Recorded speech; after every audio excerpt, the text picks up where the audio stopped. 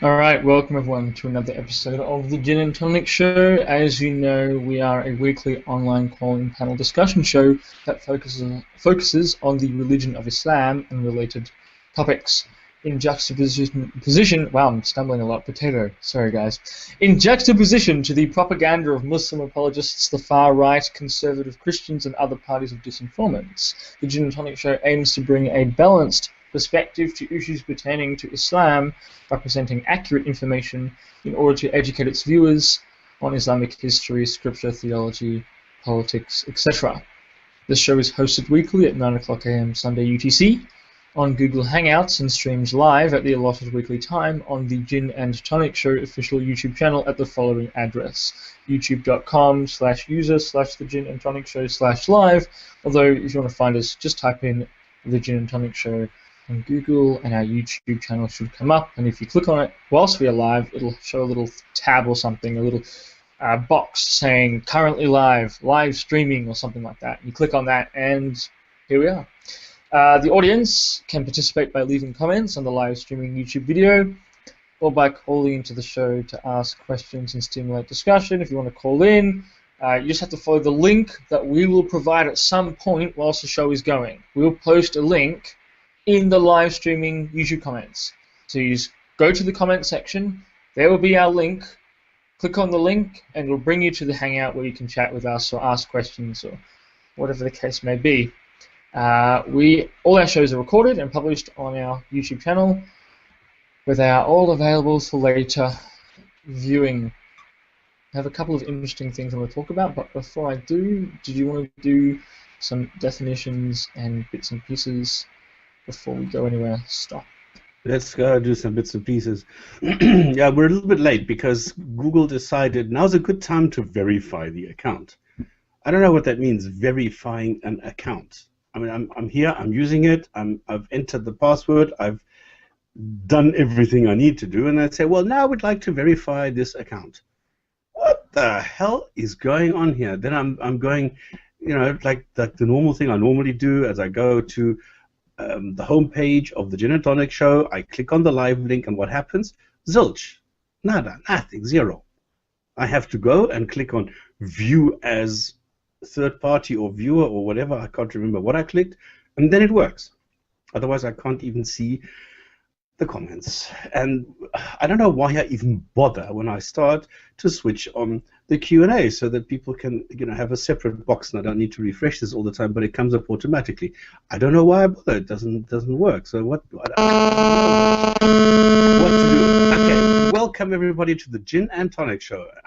This was the segment, my rant on Google. So what we're doing, we're here to talk about Islam. I've had a full depressional Thursday because I got so sick and tired of all the, I don't know, the deceit and the lies and all the petty bickering and whining and assigning blame to everybody else but yourself.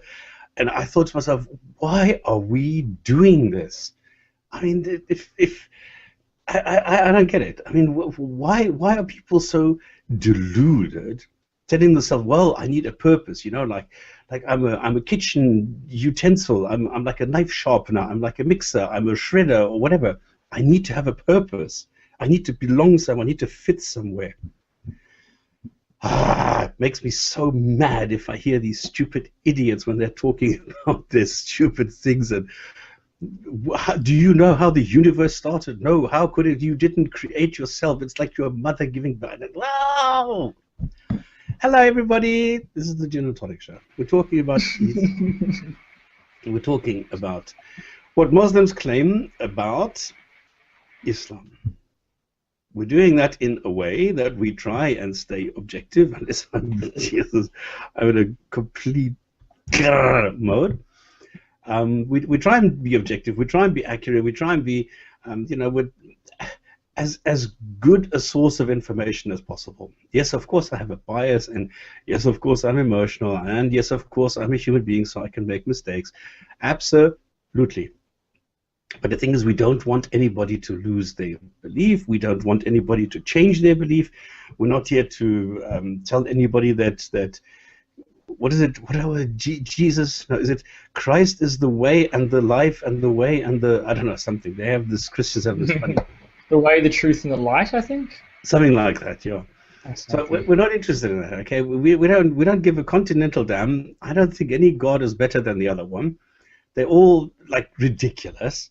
They don't make sense.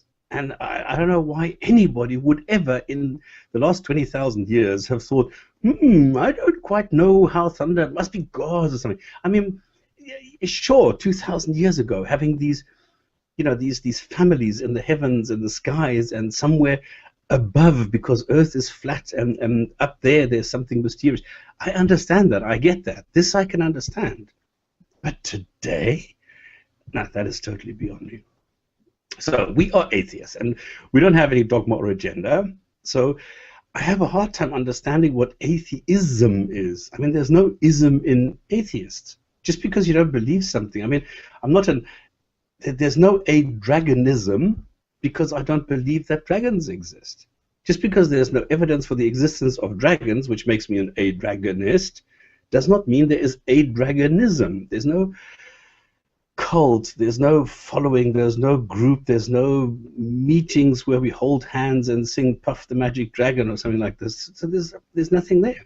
So just because we don't believe something does not make it a belief in itself. And that is the point. So we're talking about Islam, and one thing that is very, very dear to my heart is to make people understand that Islam is not just another religion. Yes, there is a religious side, and that is nothing special. I mean, it's the same as Judaism or Christianity or whatever. But it's actually mostly a political ideology. It's a socio-political, socio-economical system. It's an ideology, and it's a worldview. And, of course, the religion. And the religion determines the other elements, where the political ideology is being implemented in several regions on this planet. So I don't understand why people constantly ask me, why do you call it a political ideology? Well, come on. I mean, what is Daesh, these cutthroats? What are they doing? They're trying to establish a country. What is Boko Haram? These stupid idiots in Africa who are saying, well, anything from the West is haram, is forbidden. They're trying to establish a country. They want political powers. And that's why it's a political ideology. And the whole thing is based on the interpretation of a book, the Quran, because the Quran doesn't say very much and is incredibly vague and ambiguous. You need secondary texts, the Sunnah. But because those are also incredibly vague, you also need to interpret these, which leads to incredibly stupid things where, if I get my comments every day, and I think there's quite a few. I'm getting like 30 or 40. And people tell me, Muhammad was an angel. I mean, he's the role model. He's the idol for all mankind. And then if I show them, well, actually, he's somebody that, taught people how to enjoy your orgasm while you're raping female captives. No, you're a liar. You don't know what you're talking about. You're just a hater. And then I show them the Hadith, and I show them where it says there. No, but those are not authentic. It's so pathetic. Anyway. Is there something funny about Hadith? In the wonderful world of Islam. Well, there's good news and there's bad news. What is strange, for me, because I'm in Europe at the moment and I'm hating it, and I wish I could be back in Abu Dhabi because, I mean, there you have maybe 3-4 days where it's like cold. Here it's like months, and it's grey and it's raining and it's horrible. But Oman and Ras Al Khaimah, the most northern UAE emirate, I don't know if people know, United Arab Emirates is not just Dubai and Abu Dhabi. Do people know that there's 7 of them? Anyway, the most northern one of them was hit by hail, snow, and heavy storms. So they had significant damage up there. And people are going crazy because they haven't seen snow before and things like that, which is quite funny because you always hear this global warming and then suddenly you have hail, you have snow in Oman. So it's quite funny. And I found something interesting because biologists have found an algae-based virus infection, all right? It's called ATCV1. And a lot of people have this, and it appears to compromise your intelligence. somehow it gets into the brain or something, and it starts eating away at brain cells, which are then no longer able to function normally, which reduces your thinking capacity. And now that they've found this, now they need to find out who is affected, because they tested random people and they found this in a lot of people, which wasn't known up until now. So this could be quite fun to see who in future has an excuse for being stupid, because, well, I've got HCCD1. It's not my fault. I'm just stupid. Every member of every religion. Amazingly, there's a perfect overlap between infection by this disease and religiosity. Or different strains of the algae correspond exactly with the spread of different religious ideologies. Yeah. Did you read the God virus? Hey, no. I don't normally read so-called new atheist literature. I just don't find that interesting. No, because I actually, where is it here? It's by a clinical psychologist. Okay, it's Daryl W. Ray, and he goes and he makes a very good case for why religion should be a virus. Sorry? This is about the sex guilt cycle. He talks about that, doesn't he? That as well, yeah. The microphone is very soft. I don't know what you did. Oh, sorry. Sorry. That's better. Anyway, so we have an excuse now that it's not stupidity, it's a virus. What I found is, because yesterday I went for a Saturday drive because I felt like talking to some Muslims. And I thought, okay, then let me not go to the shop here, but let me drive a kilometer down the road and see if they're there. Because they have this page where they advertise where they're going to be throughout the country. So I went there and I thought, hey, this is just around the corner. So I went there and there was nobody. And I went to the next place where they normally stand, there was nobody, because the weather wasn't so great. So I think Muslims are water shy, so they didn't really arrive. But anyway, Sweden, or let's say Scandinavia actually, is paying a high price now for being overly accommodating to Muslims in the past. And now a country like Sweden, for example, needs immense resources to either pay social security, which is costing them so much money, it's amazing, or to fight the violence in the Muslim ghettos. So fire engines and ambulance don't dare go there without some sort of, armed protection. And it's very similar in Norway. So it looks like... what's the source? This sounds like such a conspiracy. Yeah, it does, hey? And then if you read about this, you read about how they live there and the reports of the people, it's amazing. And it's time people realize that Islam is... Like they used to be... Are you familiar with the Brixton riots in the UK? No.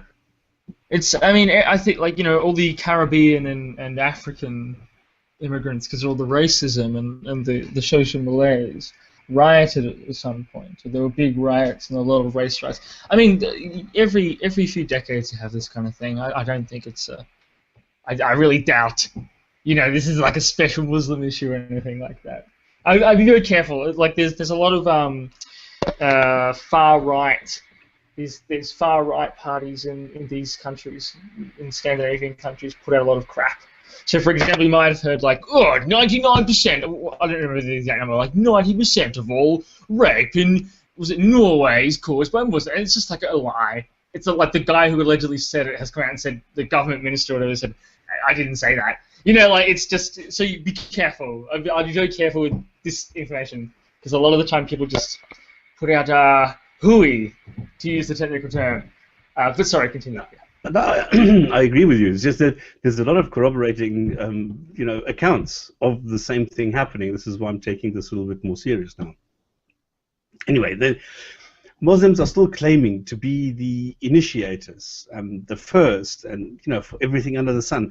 And now, a Turkish president, I don't know if you know this Erdogan guy, he repeated the claim now in public and on record that Muslims discovered the American continent 300 years before Columbus. And his proof? None. I mean, why would you need that? I mean, it's the president saying that they did. So it must be the case. Some medieval chronicle in West Africa mentions that some ships went out somewhere in the west and found some island or something. So therefore, these Malian Muslims found America. Case closed. It's that easy. It's not like you need to have actual evidence from America, maybe linguistic evidence, maybe archaeological evidence. No. Well, the thing is that it's good enough to have some fucking chronicle that mentions something so ambiguous. I mean, you find the same thing in European chronicles. Yes, to the west they found an island, the mystical island of High Brasil or something. Or, yes, they found. I mean, come on, you need something more substantial than that.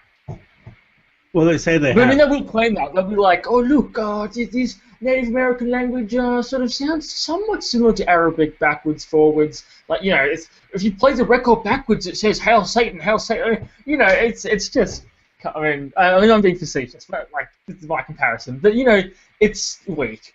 I mean, until you can find me some actual credible academics or scientists who are arguing this convincingly with actual substantial evidence, it's meaningless drivel. I mean, every man and his dog claims that his self-identified religion or nation or whatever was the first to discover whatever, America, Australia, oh yeah, the Chinese discovered the world. No, it was the Vikings. No, the ancient Egyptians. I mean, come on, guys. I'm going to make you a little bit louder on this side. Let's see if that works. They say that. That's better. They say that they have something because Columbus mentioned there was a mosque in America when he got there. Really? Unbelievable. Anyway, let's leave. I mean, I just find it funny that this. For me, it would be embarrassing if I would walk around and say, well, actually, it's completely different, and we need to rewrite the history books. What proof do I have? Well, actually nothing, but I think it should be that way. I mean, I would feel stupid, especially if I'm the president of a country and I'm visiting on an official state visit and I go and say things like this. I would feel, like really, I maybe shouldn't be doing this.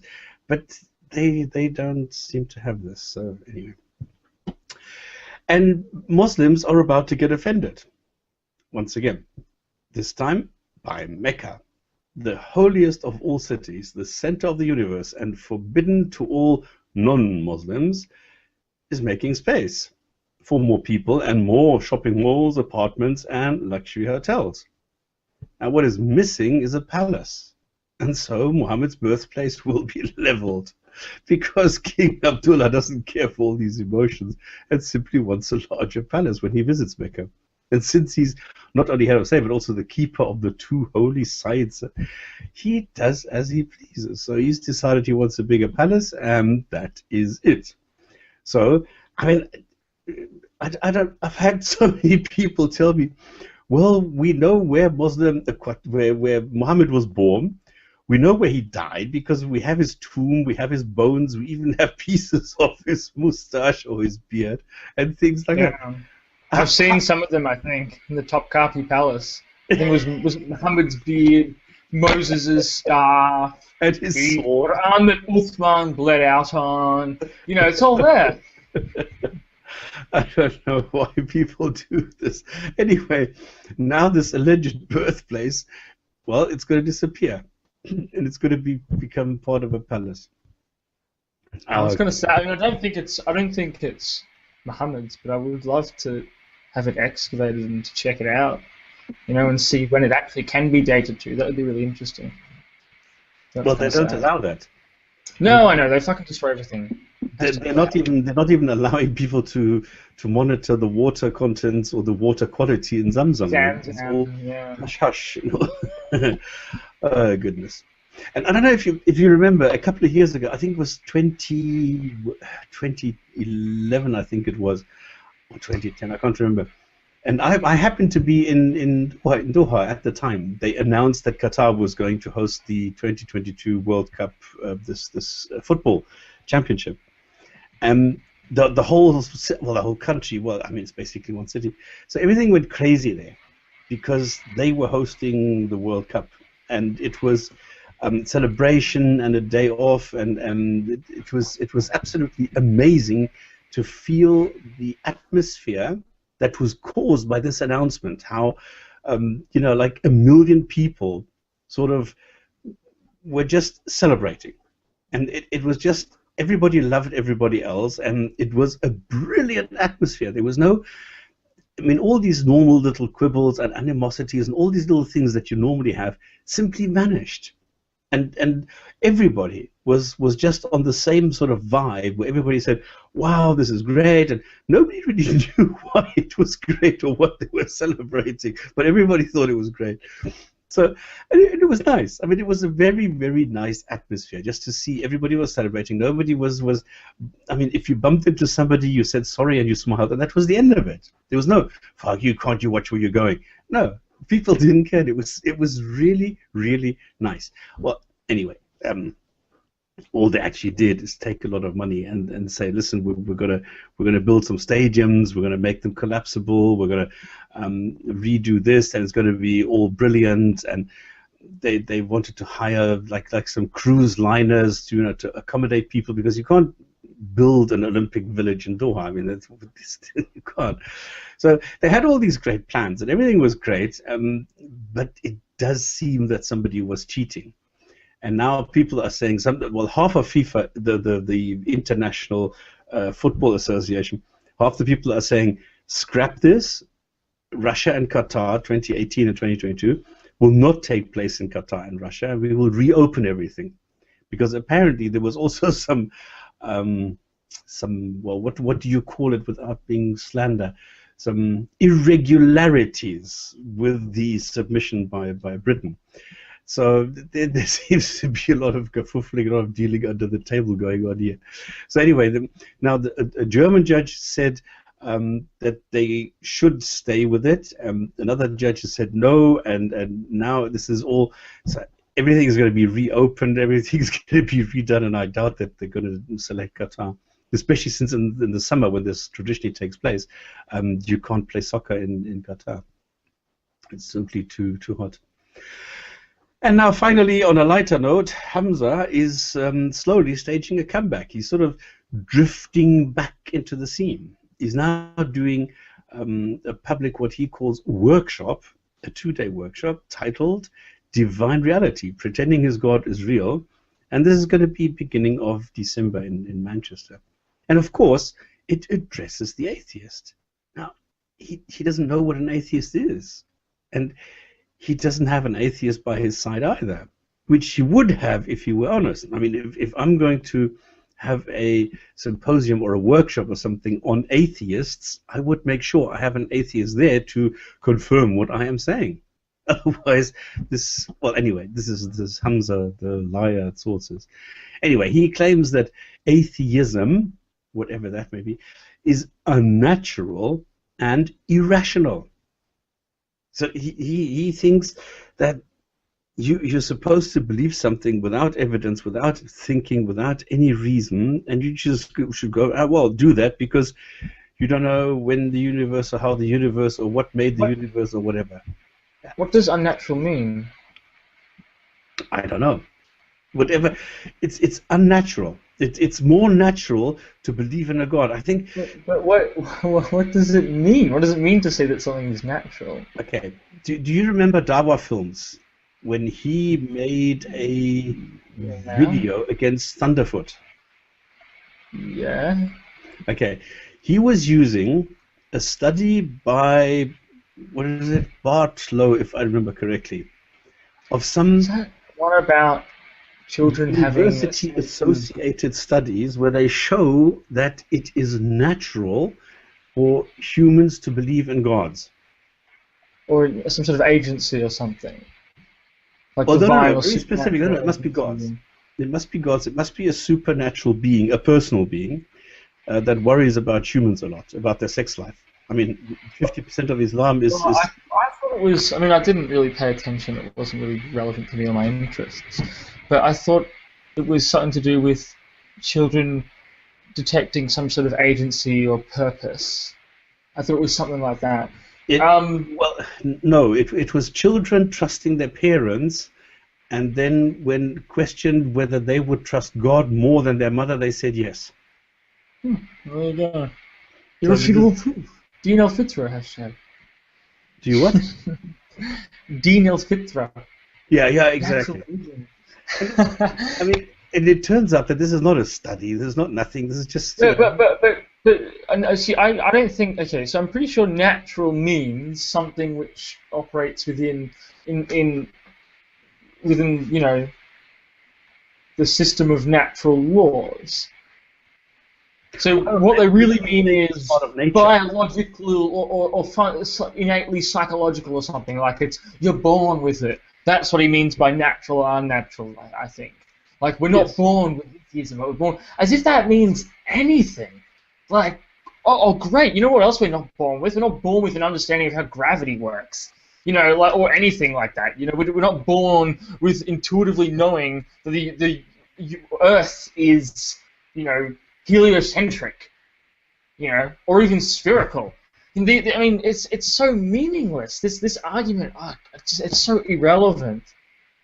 I mean, you have to learn that fire is hot. Every little kid has, not every. I'm sure someone's born a genius, who knows. But most kids go through the process of touching the hot stove and then getting burnt, or some analog. Like we're not born intuitively knowing that fire is hot or something. You know what I mean? Like it means nothing to say, oh, we're not born with this intuitive knowledge. Yeah, so what? What we're born with intuitively is often wrong, in terms of empirical scientific reality of how reality actually works, so far as we can ascertain. So it just seems a meaningless sort of exercise to say atheism's not natural. Who cares?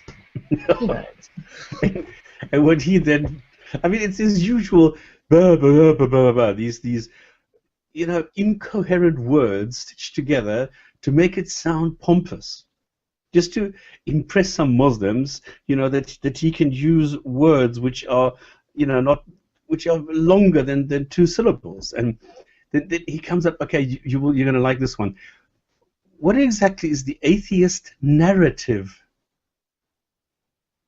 Well, what does that mean? What if he means? If he means the pop anti-theist movement, okay, there is a kind of nebulous narrative that you can point to as articulated by its notable talking heads and generally followed by their fans. Great, Christianity caused the Dark Ages, religion caused most wars, blah, blah. Okay, great. But if you mean, if that's the only thing that I would grant in that respect, if that's what is specifically being referred to. Otherwise, if it just means atheists in general, like someone who doesn't believe in a theistic God, it's just completely meaningless. There is no atheist narrative. It's oh God.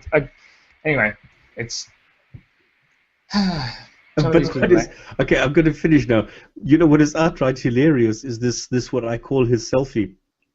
He calls himself Hamza Tzortzis, who has spent over a decade researching these major contemporary issues and successfully upholding the Islamic theist position in high-profile debates with leading academics such as Professor Lawrence Krauss. I don't know if that's an accurate description of Hamza. I mean, he really manages to bullshit himself into such a state. I mean, he forgets to mention that it's Professor Krauss who whooped his ass into oblivion in the first place. The correct statement might be that he has successfully upheld the Islamic worldview by continuously and perpetually plagiarizing William Lane Craig's arguments. So he has continuously upheld the Islamic worldview by plagiarizing Christian theology. Impressive. Anyway, is that all? I've got some things I want to quickly talk about as well before we get. There's one more thing. These courses are in universities in Manchester and London. And I thought Al-Aqsa was banned from almost all universities. And believe it or not, it's 2 times 10 hours. So it's 2 days, 10 hours each. So you're paying, what, 50 pence per hour? Nah, not worth it. I really doubt. Is it actually university recognized, or is it just like the local religious club offers a course in their religion? Like it's not actually like a real thing. No, you don't get a real certificate that'll have any relevance. Well, it's actually a university. So I don't know how they managed that. I would be suspicious. It'd be surprising if a university. What was the university she just named? Okay, I will need to look this up. Anyway, I'll look into it later. Was there anything else you wanted to mention, or that's it? Mention a few things. I just assumed in the point of Columbus, I did like 1 second of googling, and I have a source about Columbus. It's called it's by Arnie Molander, The Horizons of Christopher Columbus Using the Heavens to Map America. And he quotes in this book, quotes Columbus. Columbus says, this translation, when they're going past some island and some mountains, one of them has on its summit another peak like a beautiful mosque. That's it. That's it. So that's the source for that claim that you were talking about. A mountain which had a peak like a beautiful mosque. I mean, okay, I guess it's conclusive, guys. You know, it's Muslims discovered America because there was a mountain that resembled, looked like a beautiful mosque. Okay, you know, in the distance, a peak that looked like. Yes, okay. Case closed. That's history solved. That is the evidence. Yeah. Awesome. Good times, great classic hits. Tune in next time when we bust more history myths. Lost Islamic history. I mean, oh, that's nice. Anyway, something that sounds. It's Queen Mary University of London, and it's University of London, England. Queen Mary University is a public research university located in London, United Kingdom, and a constituent college of the Federal University of London. And what is it? IRA are offering something. Actually, it's IRA workshop. I don't know as what they are. Okay. So it's not a university course or anything. It's this university's letting them use their rec room or something. Yeah. Absolutely. All right. That's not okay. So that's nothing. That's I thought they were banned from all universities in the UK due to the segregation thing. I don't know. Maybe not all. Maybe there are loopholes. Maybe some universities are. I'd love to know whether they can segregate this or allow only men in there. Who knows? Someone was messaging me about over Twitter about the Al-Aqsa Mosque, so I thought I would clarify what the deal is. Oh, that would be great. Yes. So in the Quran, is it Surat Al-Isra? I think it's Surah 17. Let me check what the name of that surah is. Oh yeah, Surat Al-Isra, I think.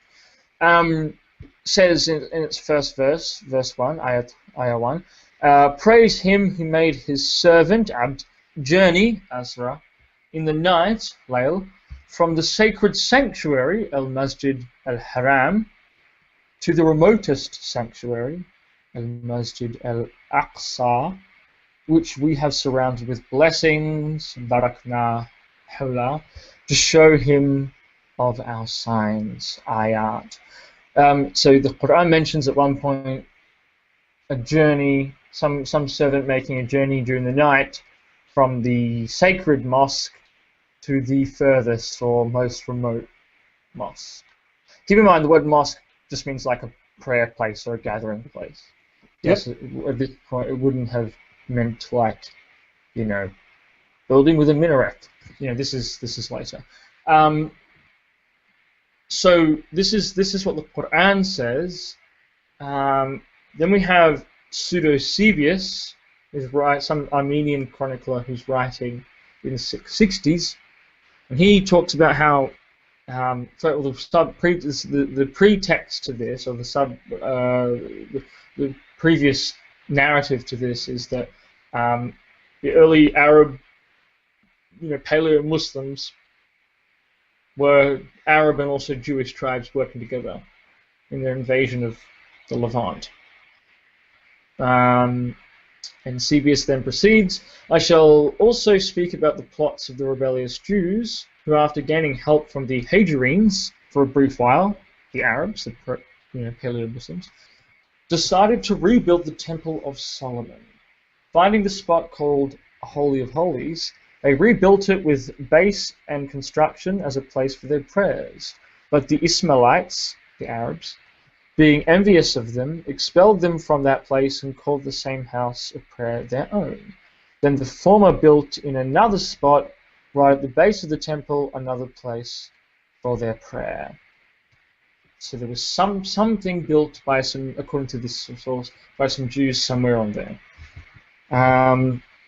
So this is in the 660s. Now, at some point, Muslims produce various traditions to contextualize and understand the Quran, including for this passage, Surah 17, verse 1. And the traditions that were adduced to elaborate this text was the night journey narrative, where Muhammad flies on the Buraq to Jerusalem, or to the Masjid Al-Aqsa, and then flies up to heaven and meets God, and etc., etc., etc. And at some point, this Masjid Al-Aqsa in the Quran and in these narratives is identified with the Temple Mount in Jerusalem. Although, I mean, that area always seems to have been regarded as holy, even by the earliest Muslims, but it's not clear exactly when that precise Masjid al-Aqsa in the Quran came to be identified with this Temple Mount area in Jerusalem in particular. The Umayyad Caliph Abdul Malik, he built the Dome of the Rock,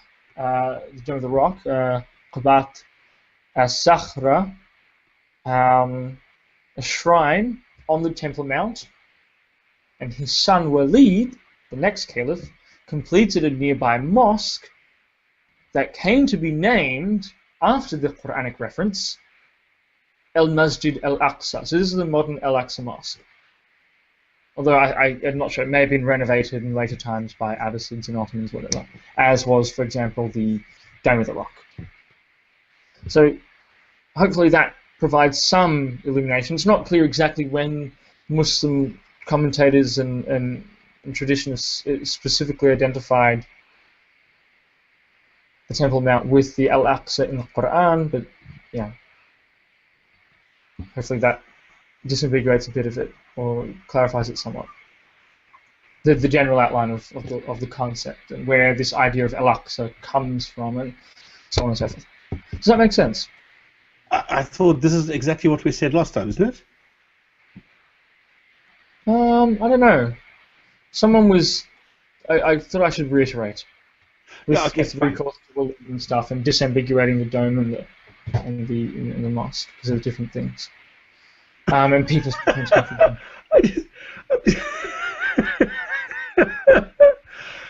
This is brilliant. Quackwick posted, since I took the Shahada, I get offended if I'm not offended. This is quite nice. Okay, sorry. Yeah, okay, so what we have is basically two different stories, okay? We have a story that Muhammad went to a mosque, tied up his flying mule outside, and then went inside and prayed. This is what it says in the Hadith. Then we have reality, which says, well, he can't have tied up this flying horse outside because there was no inside or outside, and he can't have gone inside to pray because there was no inside. So this is the bit of a confusion here. what might a way possibly to get out of that maybe to say the mosque being referred to is not the Al-Aqsa Mosque built by Al-Walid, because obviously that's named after the one in the Quran, but that there was something else there at some point during Muhammad's lifetime, and that's what he went to. And so later Muslims built it and named it after that. Well, no, see, because the term mosque becomes a bit anachronistic when we're going that far back in time, because in the Quran, the mosque is obviously not the kind of structure that Muslims would later build. Yeah, okay, mosque that's was fine. Yeah, like that I get. a prayer space or something. So it's. But I mean, we've got to disambiguate. There's three layers here. One is what the Quran, and that doesn't mention Muhammad. It just says his servant, his abd, went on a night journey from the sacred place to the furthest place. It's really ambiguous. Then you have the Hadith, right, which shows, yes, Muhammad, this guy called Muhammad, flies on a flying creature to Jerusalem and then goes up to heaven. And then you have Al-Walid builds a building called Al-Aqsa. So these are three different things. Yeah. So that's what I was, I guess, trying to get at, is to disambiguate the layers. Yeah. But yeah. Do you know? I'm just checking the Hadith on the night journey. Just want to see, does the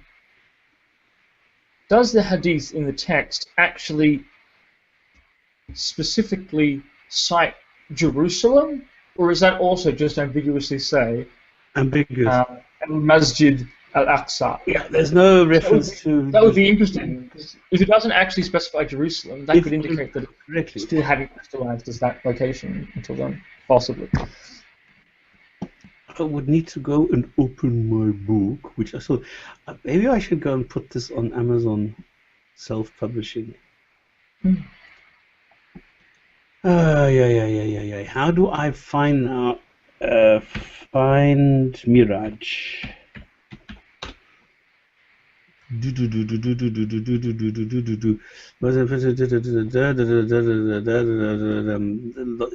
the longest. I didn't even know this was the longest. Muhammad first said, "Heart said, "Wash with wisdom." He was taken from Mecca by flying the Buraq to the first one.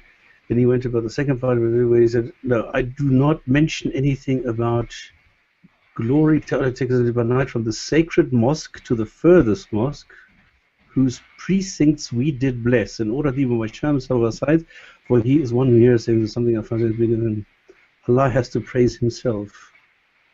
Glory be to me.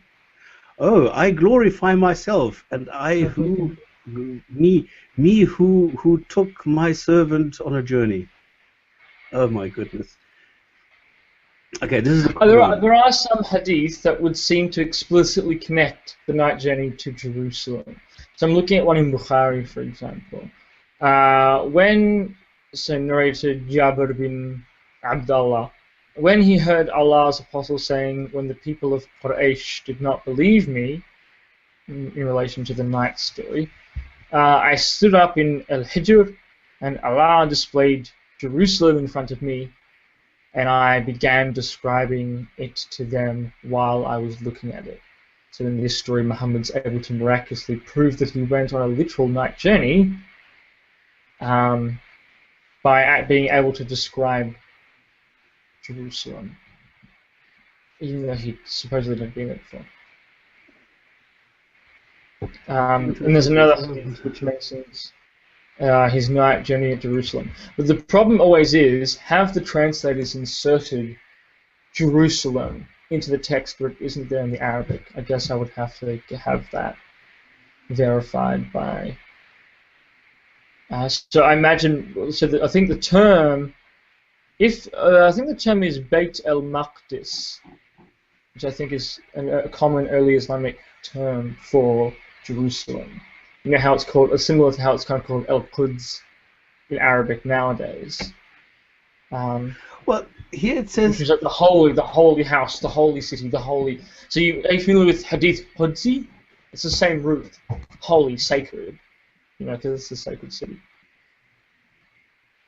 in Islam.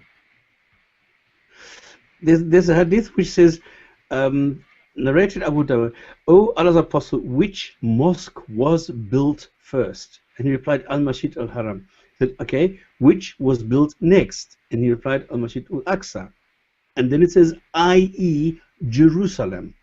So as a a note by the translator, i.e. Jerusalem, not in the text itself. And what was in those instances, whatever the time for the prayer comes, we perform the prayer. So this means it's a real building. Whatever the dates, I don't know, it could have been a mosque in Baghdad, a mosque in Istanbul, according to Manfred Lehmann, expert, the Aqsa Mosque was built, which was built 6 by around 70. Malik son Ibn Wad, who ruled from 705 to reconstructed Christian Byzantine Church of St. Mary, converted it into a mosque. He left the structure as it was, typical Byzantine basilica structure for the row of pillars on either side of the rectangular ship in the center. All he added was an onion-like dome on top of the building to make it look like a mosque. He then named it Al-Aqsa, so it would sound like the one mentioned in the Quran. Therefore, it is crystal clear that Muhammad could never have had this in mind when he compiled the Quran, since it did not exist. Rather, as many scholars long ago established, it is logical that Muhammad intended the mosque in Mecca as a sacred mosque and the mosque in Medina as the furthest mosque. So much for the Muslim claim, and so on. Then he goes on to the inscriptions, which, and then Sven Kalisch implied it was not the original sole prophet, but was much like the fifth Abdul Mahavan could also be the real driver behind, and so on and so on.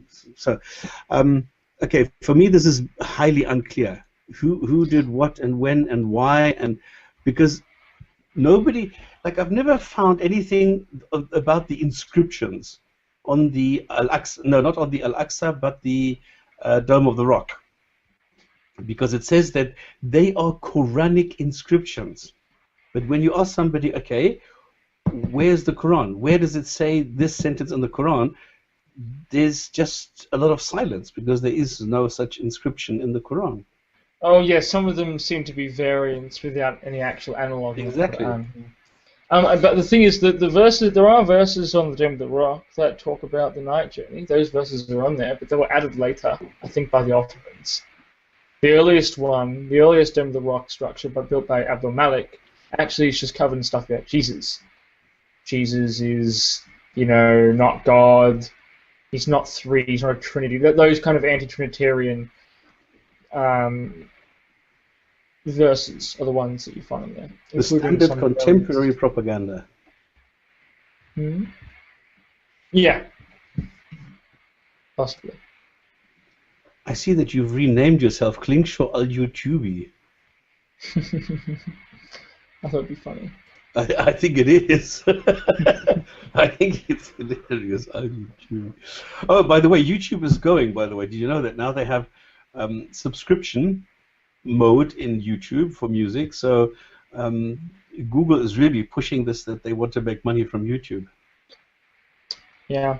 I have this great thing installed where if I, and maybe there's people have changed it, but if I go to youtube.com/my_subscriptions, I get all my old subscriptions back. Like it has this thing where even the grid, the grid format, the old grid format is back as well. You're joking. No, there's some sort of easy little plugin or something you can use to make it go back to how it was. Oh shit! I need to find this because I am so pissed off with this. It's really annoying when you have to scroll down through a bloody feed. I don't want to see exactly. Feed. I can see all my videos and go through them at my leisure. Exactly. It's so stupid. So. Okay, you'll have to tell me about it after the show. Yeah. What else do we have on the wonderful world of Islam?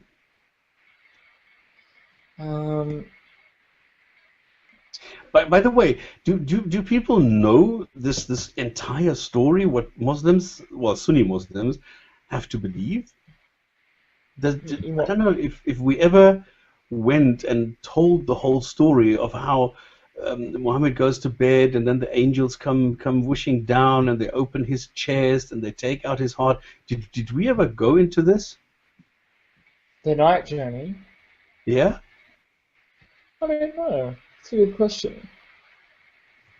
Because you should just read it from Bukhari or something.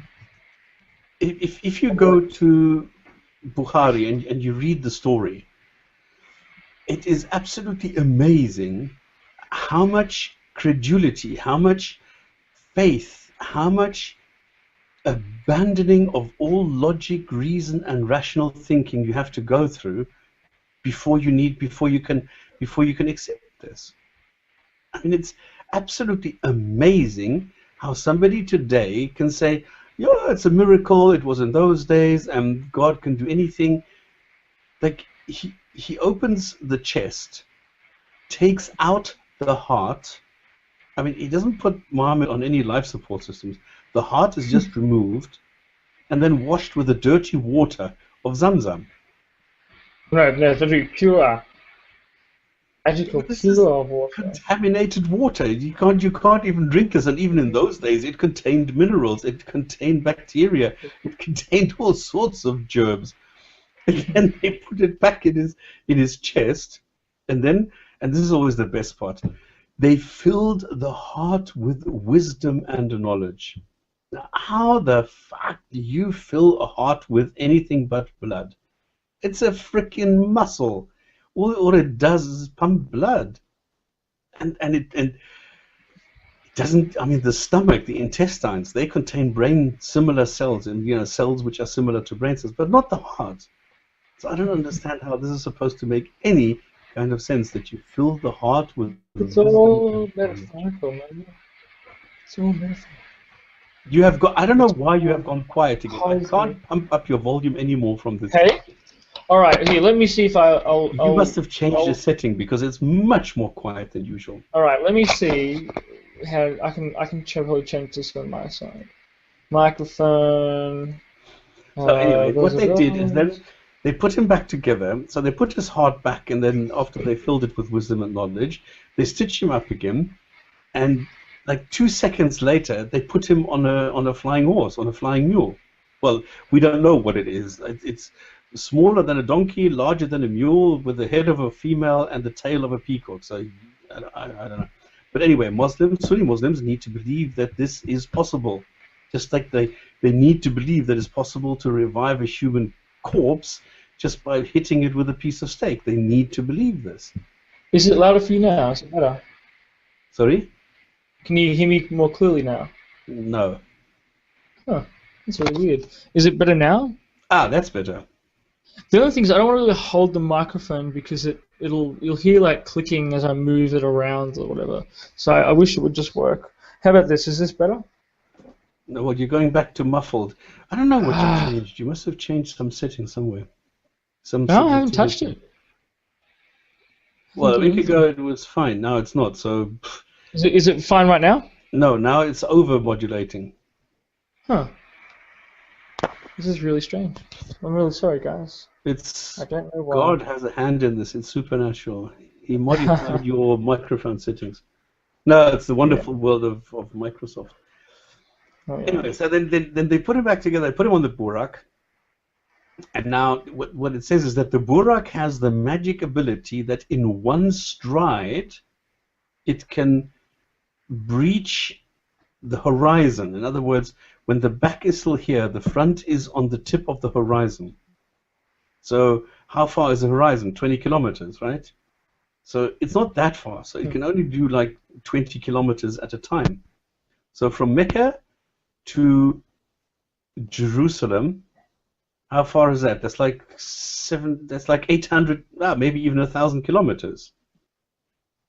So if it can do 20 kilometers per stride, you can easily work out that, if it needs 5,000 or something, or 500 strides, this thing is going for quite some time. Then he arrives at this, place and ties up his Buraq, and then goes inside, does his prayer, and now I don't know if he takes Buraq or if it just says, because I believe it just says he ascends to heaven, because heaven is like a multi-story building with a penthouse with God on top, and then the individual floors are occupied. First floor by the helpers, second floor Jesus, and all the prophets are then distributed by some key along the remaining 5 floors. So you have 5 floors, 1 floor for all the helpers and angels, 5 floors for the prophets, and then 1 floor on the penthouse for God. So Muhammad ascends and then has a chat with all these people. And then the 6th floor is reserved for Moses. And there he spends a lot of time. And then after he's chatted with Moses, he then goes up and says hi to God. And then says, listen, we need to talk about this prayer thing because it's not specified in the Quran. It doesn't even say you need to pray in the Quran. Never mind 5 times, never mind how to or where to or whatever. It just says you need to make provision for prayer. And that's not the same thing as saying you need to pray 5 times a day at these times when the sun does this, and you need to do this ritual, and you need to do 5 rakas, and then you do 5 of these and that. That's different. So anyway, so he goes up there and he says, well, listen, we need to chat about this. And then he comes back down, and Moses says, well, what did he say? Well, Muhammad then says, well, we talked about the prayers, and he specified it. And he says, what he would like is 50. And then Moses says, well, isn't that a bit too much? I mean, if you're going to come back, you're not going to be very popular as a prophet with the people. So he goes back up, and then God apparently knew he was going to come back. And he must have known that in the end it was going to be 5. So I don't know why he goes through this oriental rigmarole of saying, well, then let's make it 40 if you think it's too much. I mean, he's flipping God, all right? He knows all these things. It's up to him. If he says 40, well, then it's 40. 50 or 60 or 100 or whatever you want it to be. I mean, he's God, right? So God then says, well, let's make it 40. Then he comes back. Moses says, well, actually, I think I wouldn't do that, because if you're going to go back with 40 prayers, people are going to, are they going to stone you? So he goes back up, and this carries on a number of times. But in the Hadith, it's mentioned every single time when he does it, repeats it. And in the end, he comes back with 5, and then Moses decides, okay, 5 times is good. 5 times it is. Moses decides how many times people pray, not God. But you can argue that God, of course, knew all this, and he was just playing a game to humor his favorite prophets. And then he goes back down. It doesn't say how he goes back down, whether he goes back down on Buraq or whatever. But it's a whole long spiel. Like, he arrives in heaven, and then Gabriel knocks on the door, and somebody says, well, who is it? Well, it is me, Gabriel. And who is with you? Well, I have Muhammad. Is Muhammad welcome up here? Well, yes, because he is the prophet and the last prophet of God and everything. Ah, well, if that is the case, then we better let him in. And he goes and he enters the 1st floor. Then he goes to the 2nd floor, and the same procedure happens again. Who is knocking? Well, it is me, Gabriel. Well, who is with you? Well, it is Muhammad. Muhammad. Which Muhammad? Well, Muhammad, the last and final prophet and the wonderful guy and everything. Ah, no, then we better let him in. Come inside and you're welcome. And this is repeated every single time for every floor. Until in the end, then we're told that it's 5 times. That is the magic number that you. It's not 7 times, funny enough, because everything else is 7 times. And then he goes back down and he wakes up, and that's it. Have you sorted out your microphone? Maybe. Can you hear me now? Can you hear me clearly? What did you do? Can you hear me though? Yes. Okay, good. I changed my microphone to a different one. Because this one has one of those sounds totally different, but now at least it's audible. It's this one's like one of those fairy ones, you know, with the wool on it. Stops annoying background wind or whatever that they're supposed to, cut out. But it's so still hopefully soft. this It's works not better. as loud as you normally are, but it's a lot clearer than the other one. The other one was more muffled. Well, I don't know why that is. Okay, you can. Well, it's basically after 1 hour, so you can go back later and check what happens in your sound, like before 1 hour and after. I've literally changed nothing though, so I wonder if it's just the internet connection or something like that. I don't know. I'm really bad at computers, so I have zero explanation. Okay. Okay, so we've covered now the reason why Muslims need to pray 5 times a day. Who decided that it's 2.5% zakat, by the way? I have no idea. Either some hadith somewhere or some Yeah, jurist. but is it attributed to Muhammad, or did he say? I heard somebody say it's 2.5%. I don't even remember. I I don't just know. I'm not very interested in Muslim ritual. I only find the history interesting. okay. Well, that is the history of the 5 pillars. Yeah.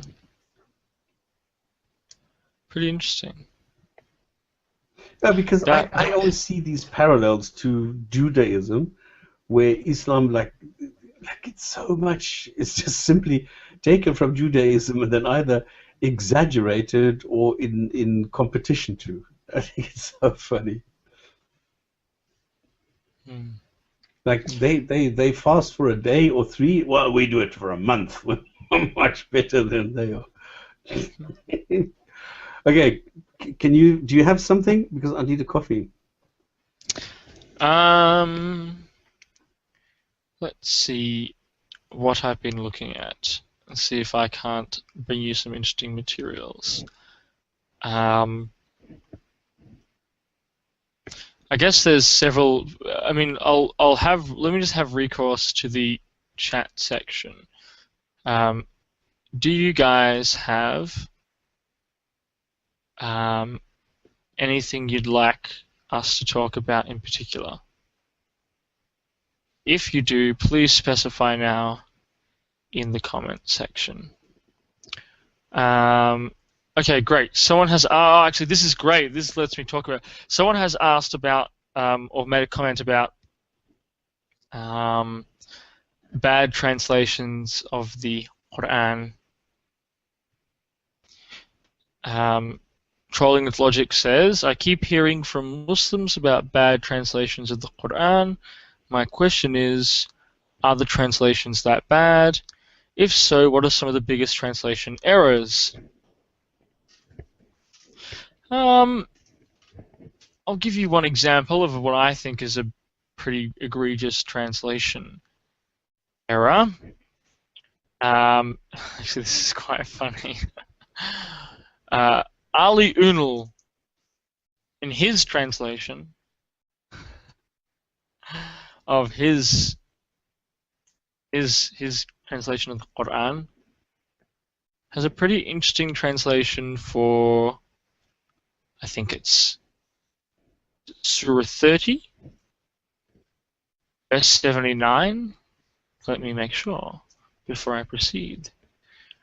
No, it's not. Maybe it's 79 verse 30? Ah, it is! Oh, brilliant. Okay, so Surah 79 verse 30. Now I just have to find the Ali Unal translation. This is quite amusing for me.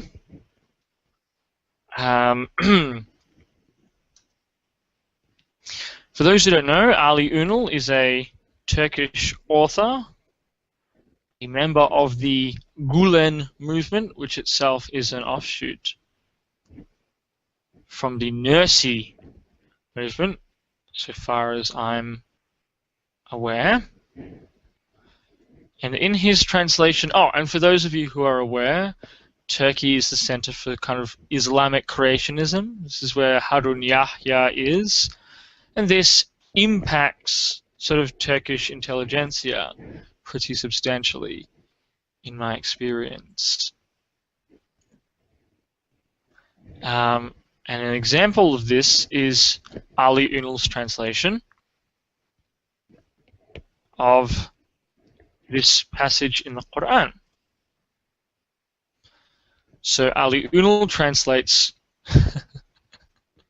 Surah 79 verse 30 as follows. He says, and after that he has spread out the earth in the egg shape for habitability.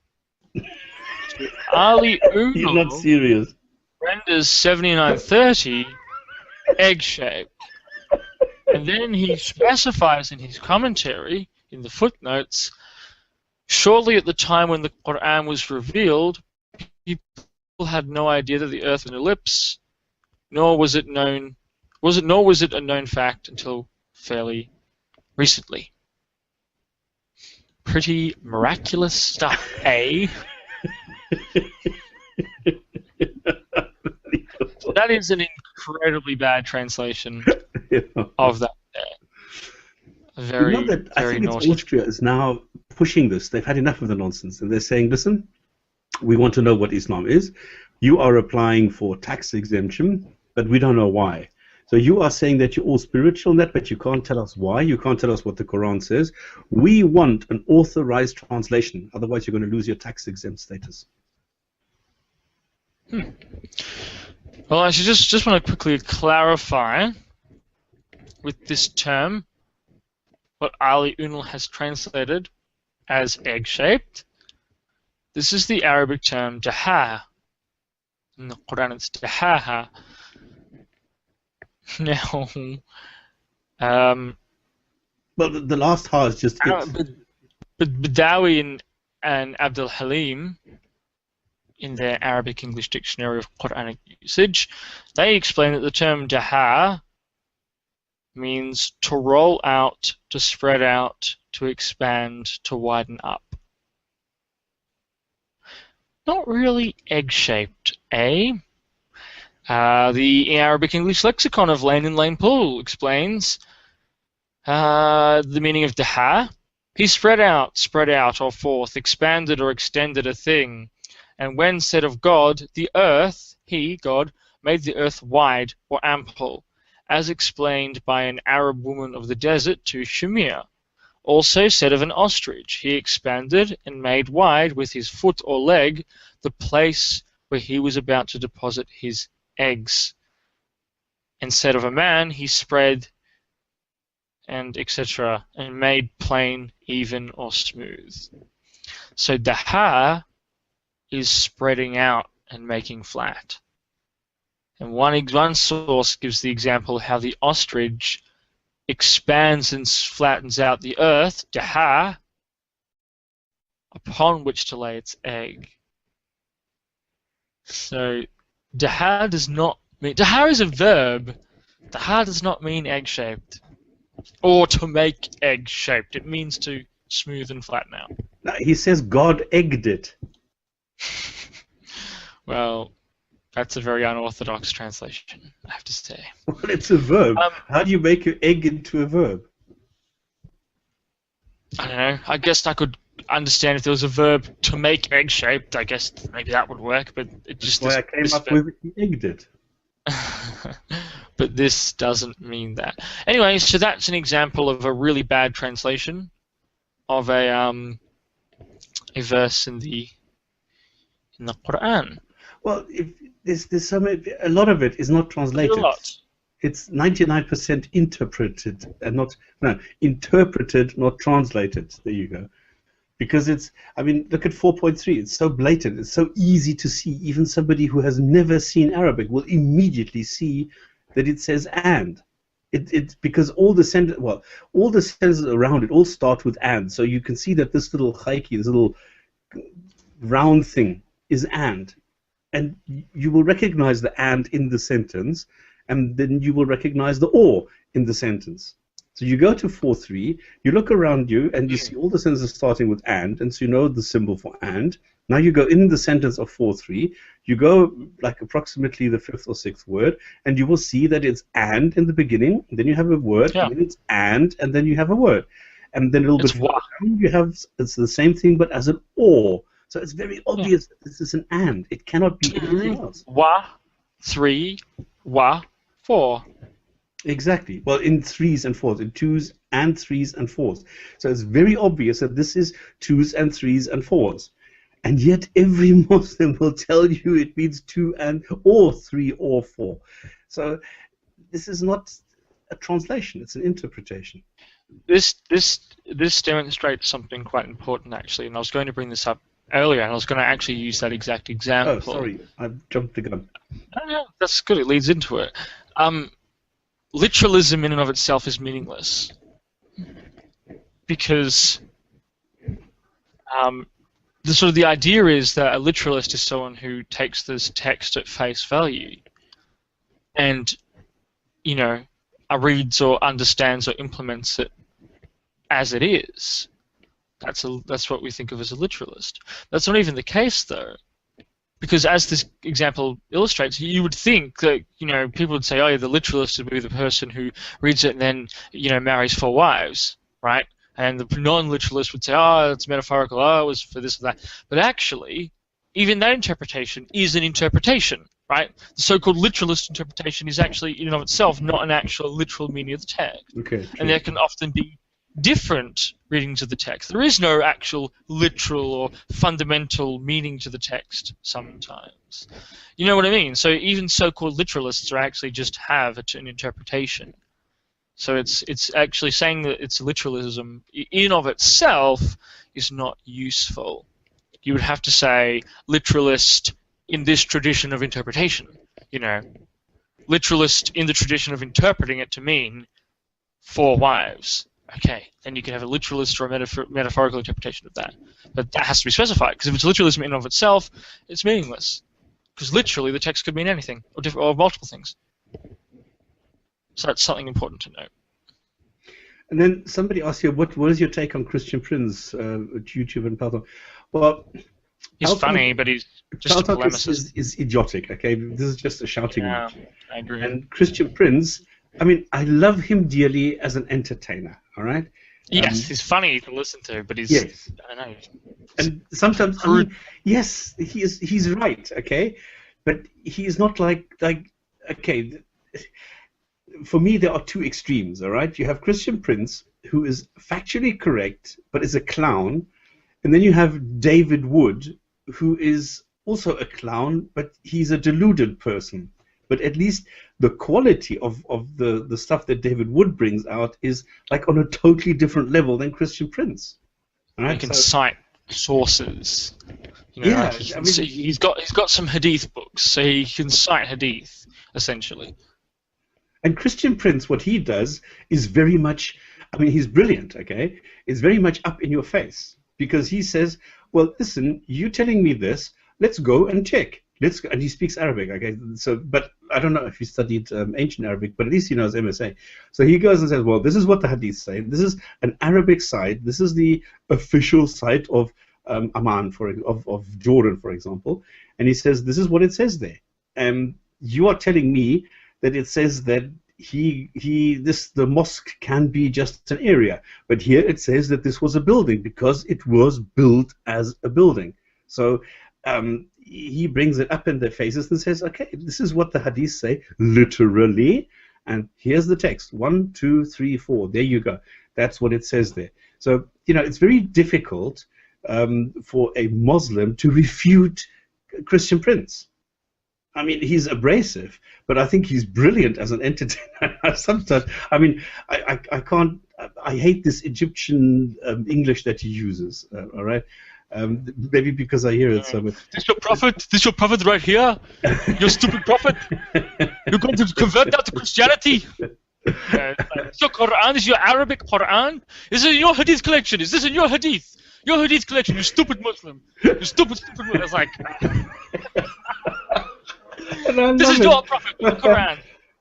That's what he's like. He's so stupid. Why are you so stupid? It's like, come on, man.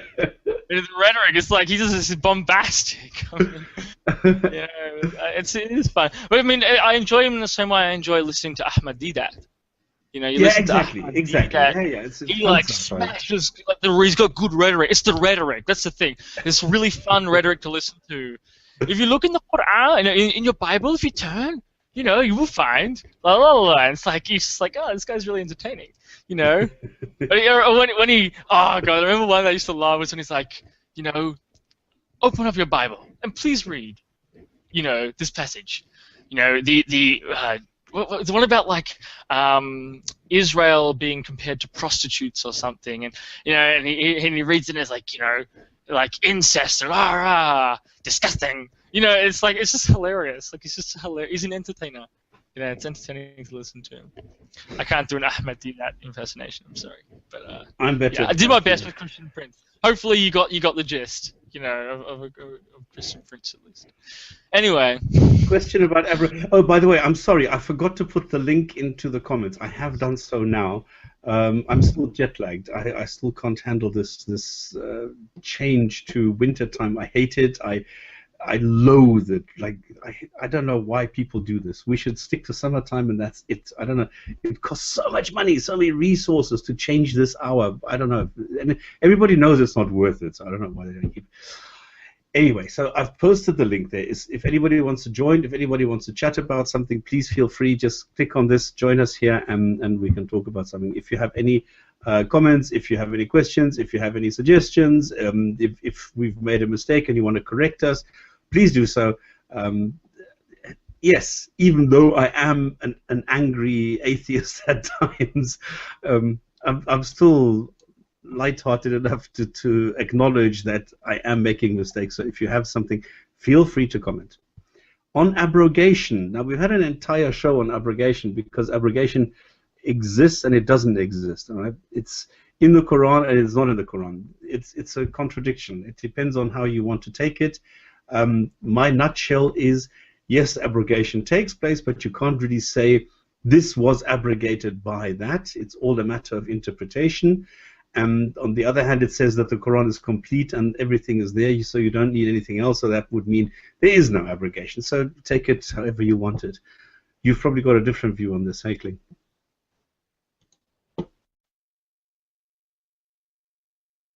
Oh, now he's gone to get coffee or something. Oh no, sorry, it was muted. My microphone was muted. Sorry, what was the question again? Asking me on abrogation. Yeah, I've elucidated my thoughts on abrogation a million times. So I don't know if there's any point in repeating it. Medieval Muslims developed a theory to reconcile the incoherence of the Quran, and they did this by imagining a schema of progression over, chronological progression.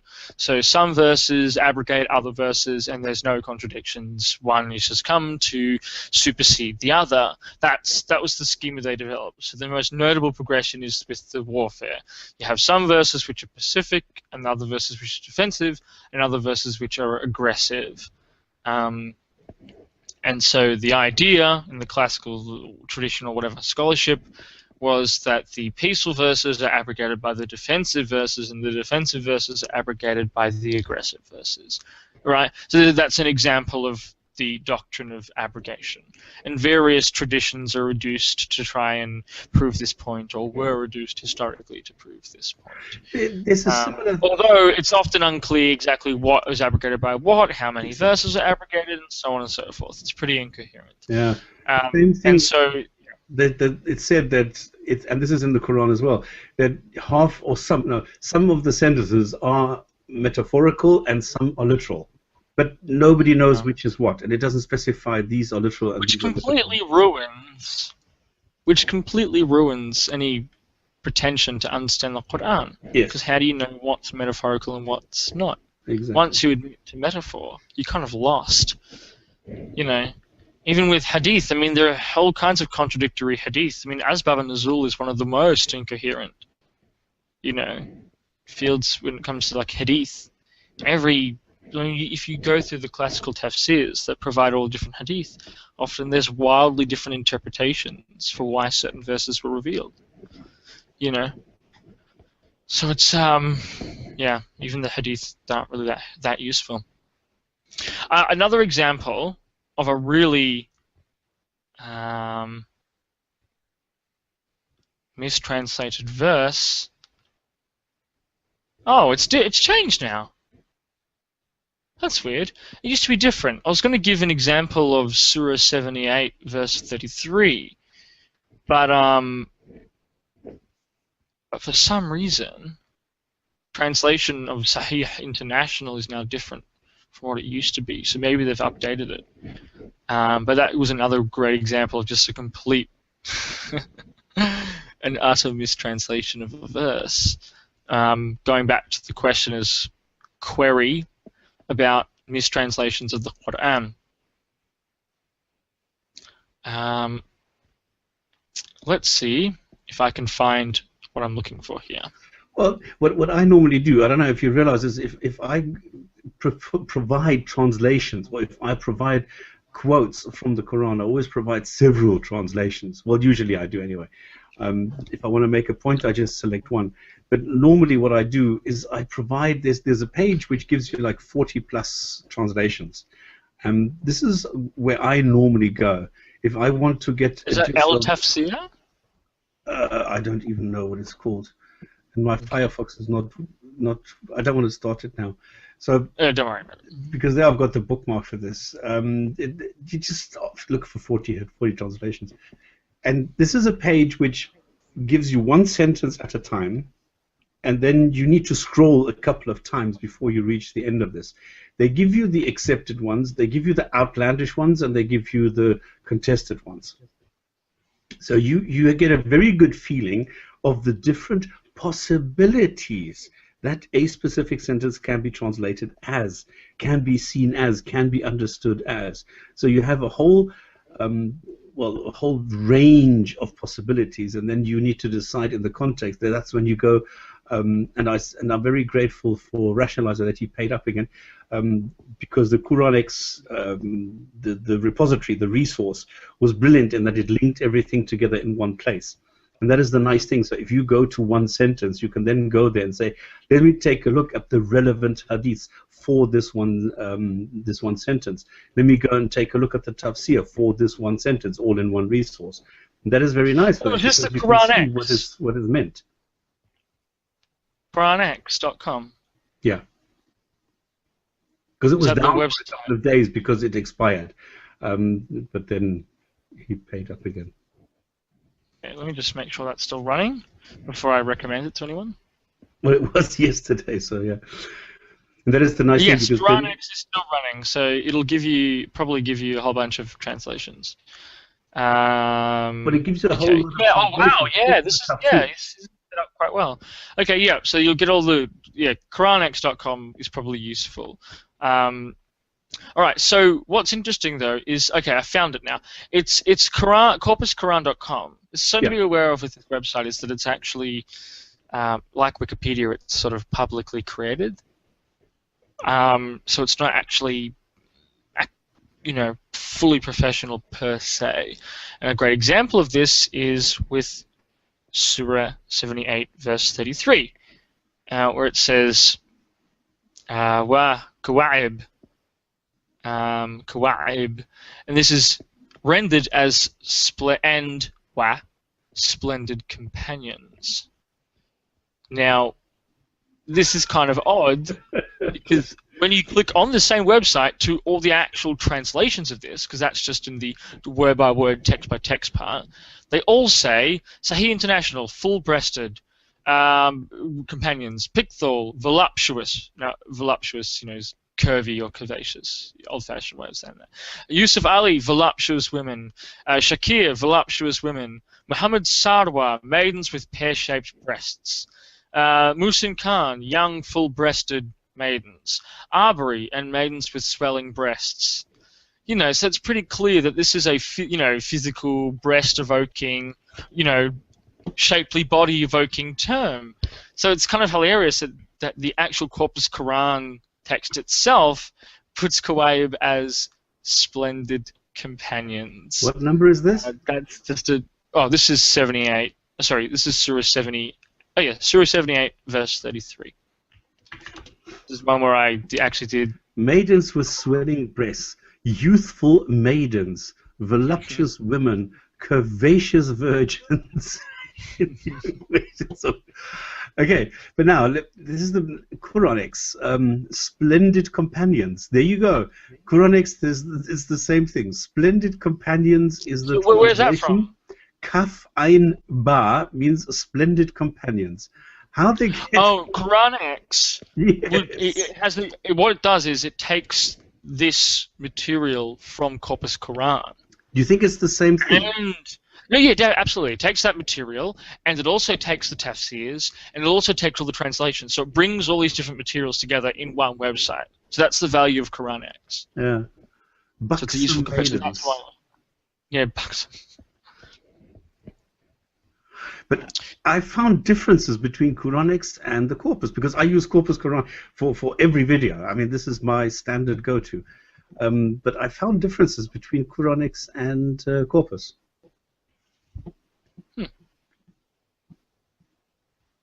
Okay, but it doesn't. Anyway, the point of the matter is they are never well, I shouldn't say never.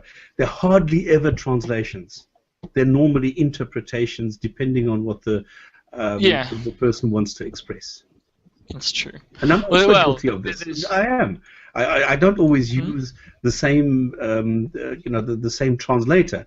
I also make, I differentiate between people depending on what the point is that I want to make. Like, what I tend to do is to generally, I'll use Quran translations, so I want to just skim through and get an overview of like the passages or the text.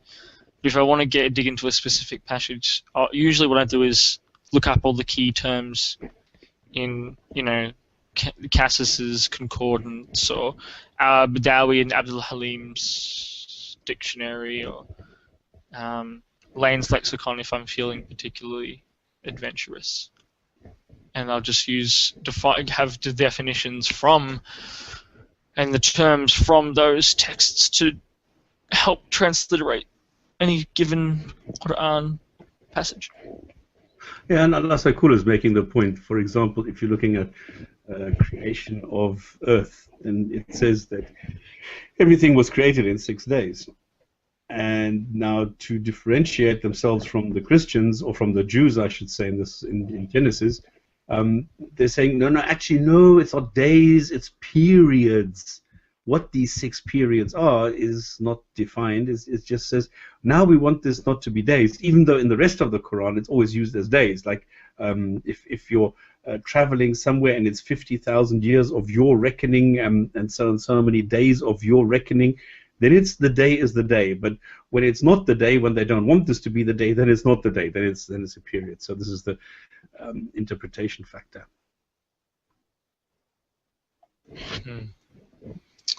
On the subject of Quran translations, I've been doing some interesting research. Have I told you about the Nissim Dawood translation and all the stuff around that? The Nissan Dawood. I only know Toyota Dawood. What is Nissan Dawood? Nissim Dawood. Oh, is a translator. I think it's actually the most popular English translation of the Quran. The Dawood. Really? Yeah. Probably because it's rendered into really accessible. It's not like biblical oldie-woldy King Jamesian English. It's actually modern English. So it's just way more lucid, and I just find it far easier to read than the King James Bible. Easier to read. Pardon? That's why sometimes the Sahih translation is easier to read. Yes. Yeah, I guess they have this similar thing. Thy tender loins. And this is a very interesting question. Do companions, the virgins in heaven, do they give oral, or is it taboo in heaven? No, it depends on the madhab. Some will say that oral sex is prohibited, and some will actually specify all the different variations, what you're allowed to do. Like there's a hadith saying that if you approach the woman from behind, then you get squint-eyed children. But what is approach the woman from behind is not anal sex, all right? Because anal sex is like taboo. Oral sex sometimes is okay, sometimes not. And all these other myths around it. So I don't want to get into that. So this Dawood translation of the Quran. Oh, sorry, I thought you were. No, I've got something pretty interesting. Well, I find it interesting anyway. You can just suffer me. This is pretty. So a lot of Muslims don't like it. So, for example, the modern Muslim writer Zia ad-Din Sadar accused Dawood of mistranslating numerous words throughout the Quran. Although, and similar, some other scholars made the same point, but he ignores the fact, I think, that most of these so-called mistranslations simply reflect Dawood's declared reliance upon traditional Islamic commentaries of the Quran for elucidation and clarification. So, as Dawood himself clearly stated, in the introduction to his Quran, which I'm holding in my hand right now, the standard commentaries of Zamakhshari and Badawi and Suyuti were closely followed in his rendering of the Arabic text into English. So despite this, Sadar claims that Dawood's translation of the Quran, quote, has been a great source of discomfort for Muslims who see it as a deliberate attempt to malign Islam. Whilst Sharif, another Muslim scholar, goes so far to say that Dawood's, quote, bias against Islam is readily observable in the introduction of his Quran translation. Now that's kind of weird, because Dawood himself said in that introduction that's being alluded to, he said, "It is my belief that the Quran is not only one of the greatest books of prophetic literature, but also a literary masterpiece of surpassing excellence." What an interesting thing to say. Someone whose bias against Islam is readily observable from that same introduction. Yeah, I mean, okay. It's pretty interesting. And I find it funny. It's like, he's trying to malign, some Muslims see he's trying to malign Islam by what? By translating the Quran in reflection of the normative Muslim tradition of how, so a good example is Al-Aqsa. So Alaq, right? Alaq literally means a clinging thing or something. But pretty much every single traditional Muslim interpretation, tafsir, says that this means blood clot or clotted blood. So I think Dawood just renders it blood clot or clotted blood. It's like, it's maligning. No, he's not maligning. He's just interpreting the Quran as Muslims have understood it. So what you're getting in the Quran is the sort of the normative Muslim understanding of the meaning of the text. Some maligning that is. It's just quite silly. And honestly, I think all this fluff around him comes from the fact that it's commonly said that he's Jewish. Nissim Joseph Dawood, an Iraqi Jew, according to a lot of websites. And so I was pretty curious about this. So I looked into it. And it's pretty interesting trying to track down the origins for this claim. So Wikipedia is pretty ambiguous. It gives two sources for Nissim Dawood being an Arabic-speaking Jew from Iraq. But when I track down these sources, they give no references for this claim. So one of them, Greifenhagen, says, a translation by N.J. Dawood, an Arabic-speaking Iraqi Jew who settled in Britain, was first published in 1956. No source. Hassner says Dawood was an Iraqi Jew who cast the Quran into idiomatic English, but again, no source. So I went back and I found, for example, the Islamic Quarterly talking about Dawood is an Arabic-speaking Iraqi Jew who settled in the United Kingdom, born in Baghdad. Dawood came to England as an Iraqi student in 1945 and graduated from the University of London, one of the directors of blah, blah, blah, blah, blah. But most of this information you can get from looking at the beginning of any of his books, where it says pretty much the same thing. Dawood, born in Baghdad, he came to England as an Iraq State scholar in 1945, graduated from London Uni, director of the blah, blah, blah. It's all the same information, apart from him being a Jew, him being Jewish. That's not mentioned in the forward to any of his books, right? So I was like, what the hell? So where does this come from? And I thought maybe it's because of the name, Joseph. So I thought maybe they think Nissim Joseph is, this is only a Jewish name or something. Arabs aren't called that or something. I wasn't sure. And to make matters even more confusing, I found a source. This is Alan Williams' New Approaches to the Problem of Translation and the Study of Religion in some, new volume 2, whatever, who says there is an irony in this, considering the Muslim prescription of translation, but this is mitigated perhaps by the fact that Dawood himself is a Muslim, is duly reverential to the Arabic Quran, and also that in recent years he has published a parallel text version with the Arabic original opposite his translation. So according to this source, Dawood is a Muslim. this academic source. So it's a bit confusing. I don't know what's going on here.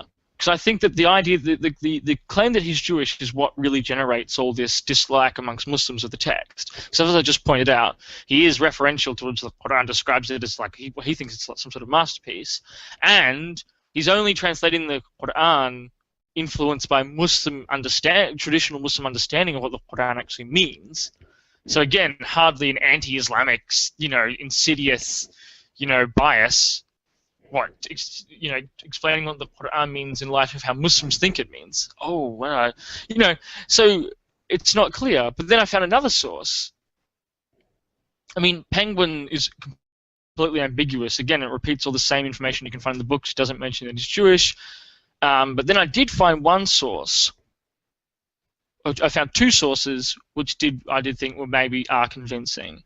And this is New Outlook, some Jewish magazine from 1957, which is a year after he published it, for a year after 1956 when he first published the book, and it says, Penguin Classics have recently issued a new translation of the Quran by Nissim J. Dawood, a 29-year-old Iraqi Jew who graduated in English literature at the University College of Southwest Exeter.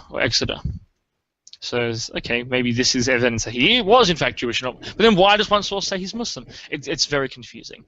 Anyway, I thought that was quite funny. All this controversy surrounding this translation, which happens to be the most popular translation, which is probably the most lucid translation in my opinion, which is why I recommend it. Yeah, and you touched on something that's actually quite interesting, because a lot of times what I found is that as soon as somebody has an Al-something name, he's automatically taken as being a Muslim, especially if he says something nice or kind about the Quran or Muslim. So I don't know why people do that. I have no idea why they think that everybody, and I've heard this, people say, he has a Muslim-sounding name. So this is quite funny. Barack Obama. Barack Hussein Obama. I read the first 7 chapters in the Quran and could not take it anymore and come to the conclusion that it is false. It took you 7 chapters to find that out. Come on. I mean, 7 chapters of the Quran. Okay, if you started at the back, I can understand, but if you started from the front, that's half the book already. So, yeah. But what is it? You say you couldn't take it anymore. What could you not take anymore? And the conclusion that it is false, by what? I'd love to know how other people read the Quran, because, okay, I've taken a break because I simply couldn't do it anymore. With the reading the Quran, I'll carry on with this as soon as I've done it. I'll manage maybe 3 or 4 videos on this LDM thing, but I'm going to stop because it just makes me sick. It makes me physically ill listening to what they have to say. This is how terrible this is for me. Anyway, but I'll do this, and then I'll go back to reading the Quran, because I find that fascinating, to read this but really critically. And I love doing that. So I would love to see how others read the Quran and how others see the conclusions, or how others see the Quran and what makes them come to what conclusions. So I'd love to do that.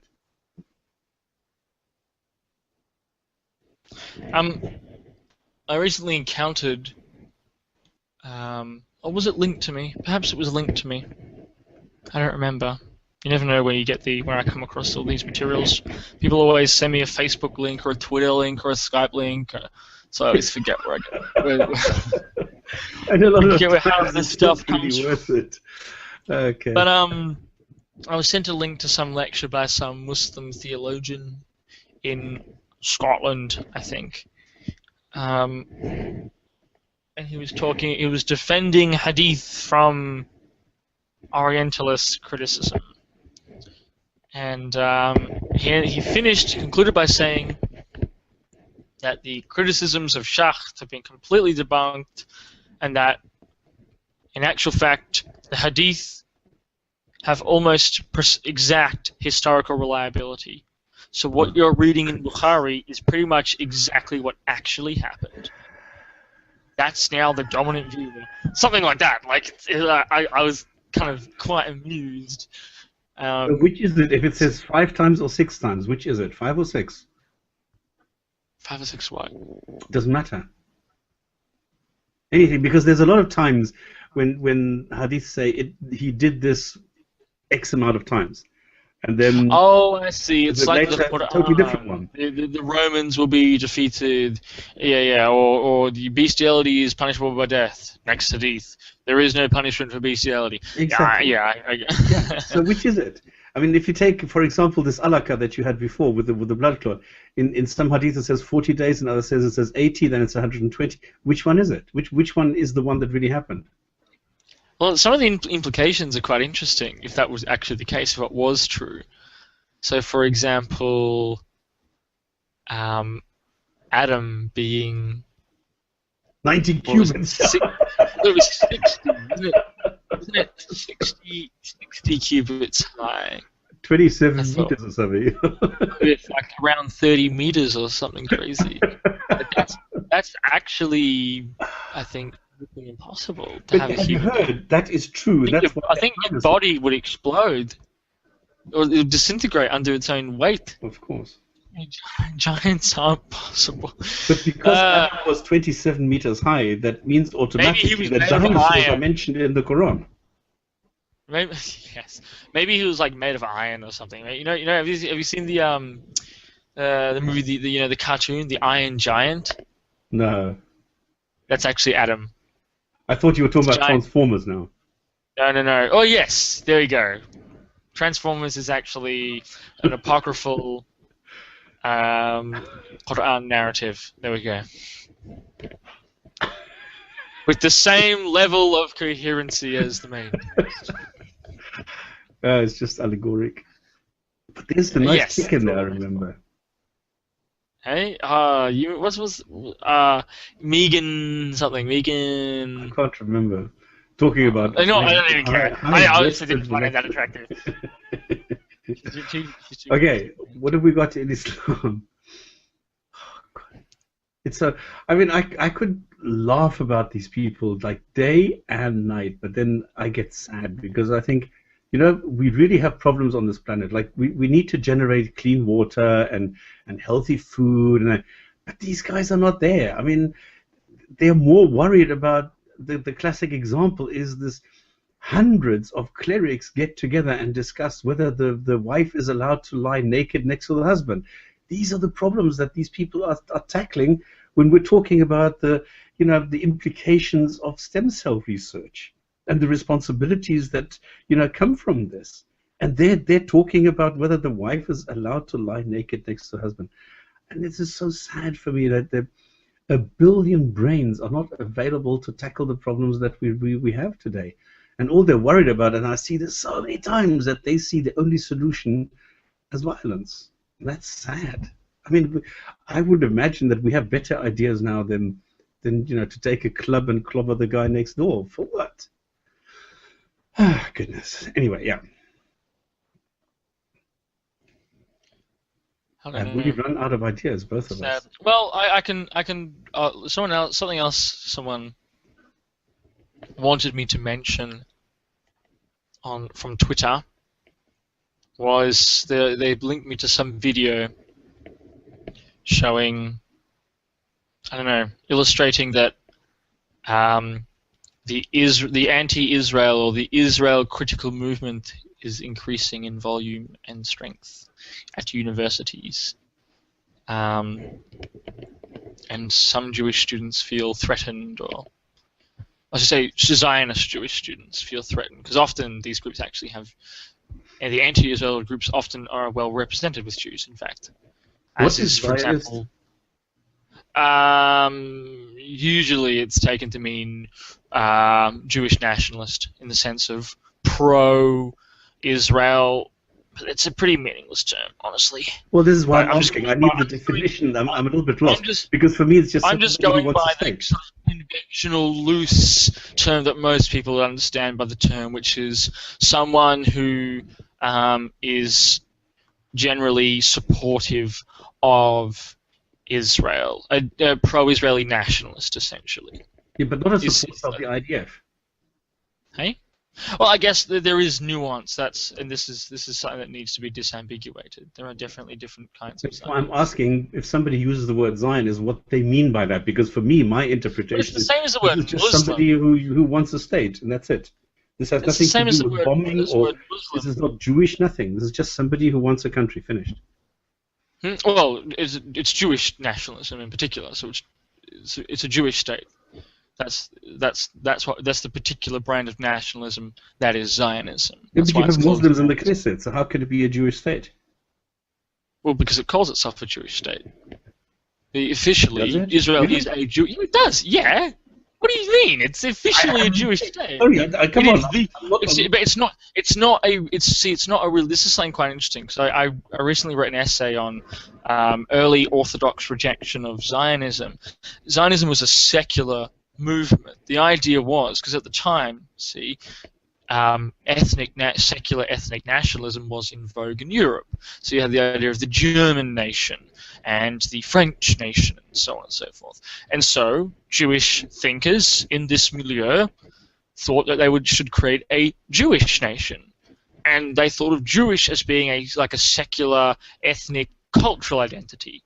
And they would, like a lot of them were socialists. And the kibbutzim in Israel were communes, yes. Socialist communes. Yeah. You know, so they were secular, atheist, exactly. communist, socialist. Exactly. You know, this was, and so when they say Jewish state, it's important to note that what they mean is like an ethnic or a cultural Jewish state. But regardless, well, that's why it's called Israeli. Well, the name, yeah, exactly. The name is from. Yeah, but for me, Israel has no link to a Jew. Well, religious Judaism. Yes. But it self-identifies as being the Jewish state representing Jews. So, in that respect, it's intricately linked. I mean, and look at its holidays and its celebrations and its iconography. I mean, it draws on Jewish tradition. That's historical. Yeah, okay, but does the Constitution of Israel have a God in it? It doesn't have a constitution. Oh, how are they operating? Under God, under the Bible? No, but I don't believe they've ever had a constitution. Well, they've just never actually created one. Just never got around to it. I'm pretty sure.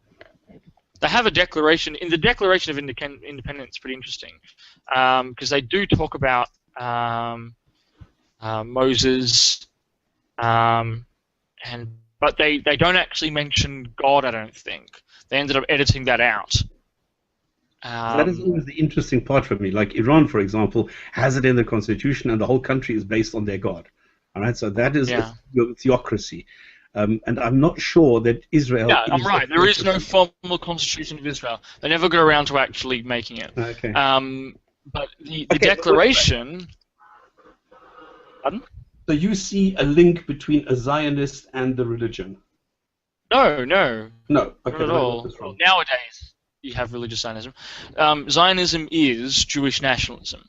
It's the name. It's the specific name that Jewish nationalists gave to their movement. Yeah, but Zionism. Why do you say Jewish nationalism and not Israeli nationalism?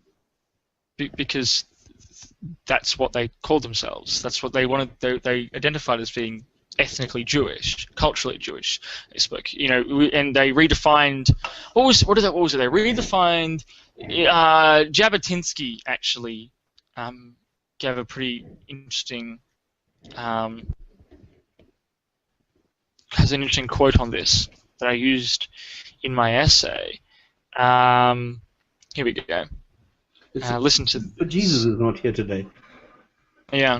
Well, I mean, just because he's Jewish doesn't mean he's an expert on science. No, but I think he would be. No, but I think he's quite clued up on this.